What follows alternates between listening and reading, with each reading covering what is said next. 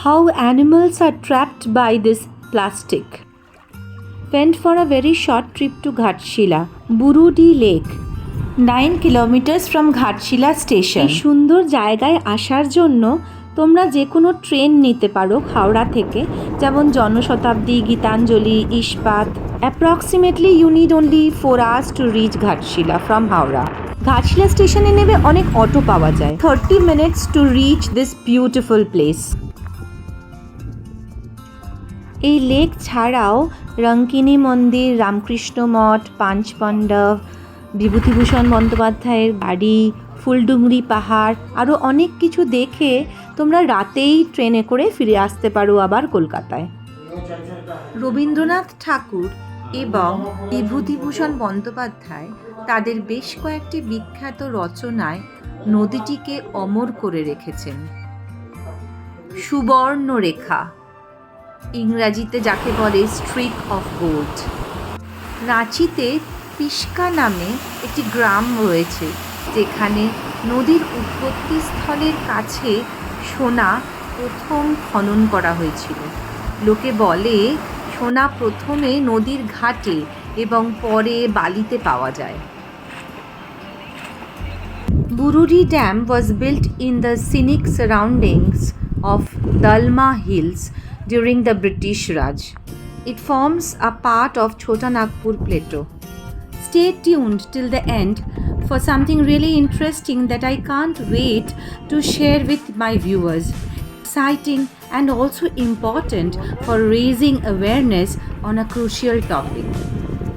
This little doggy was playing in the water of the Burudi Lake. After a few minutes, I found its face was trapped inside a plastic jar.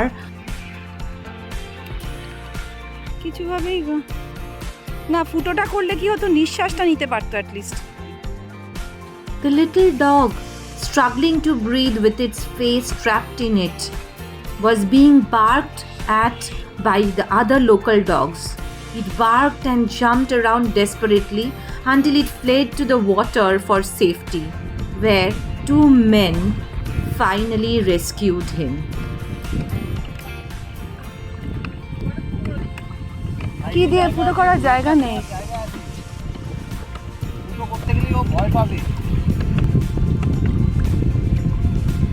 কানটাতে আটকে যাচ্ছে আসলে বেচারা. জলের বাইরে নিলে না না, এটাই বেটার জায়গা. ও ভীষণ ভয় পাচ্ছিল ওপরে. ও ওপরে ভীষণভাবে ভয় পাচ্ছিল.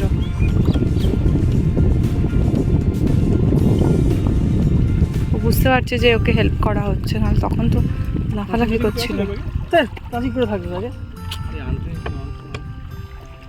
এই ছোটখাটো দোকানগুলোতে যদি একটু পাওয়া যেত কিছু ব্লেড ফ্লেড. হ্যাঁ আস্তে আস্তে কেটে. ওর গলায় না শ্বাসনালীটাতে আটকে যাচ্ছে. না হবে না, আগে কাটতে হবে মনে.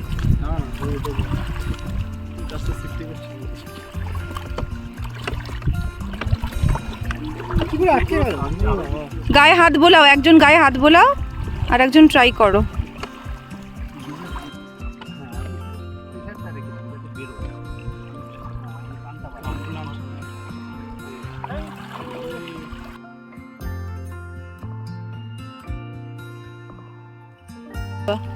আবার মুখে